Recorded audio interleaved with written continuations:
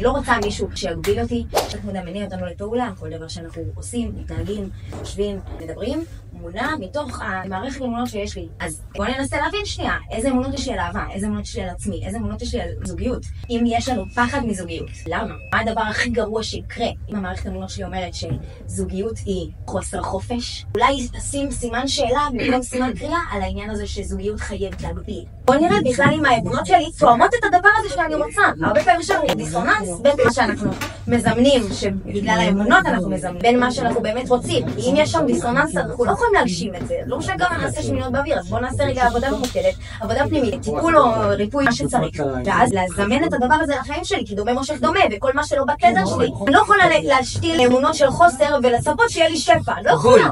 זה לא עובד, זה לא אותו תדר של רדיו. שימי 100 FM, לא יצא לך 70 FM. אנחנו צריכים להבין איזה מקומות בתוכי דורשים ריפוי. איזה מקומות בתוכי לא תואמים את מה שאני רוצה שיהיה.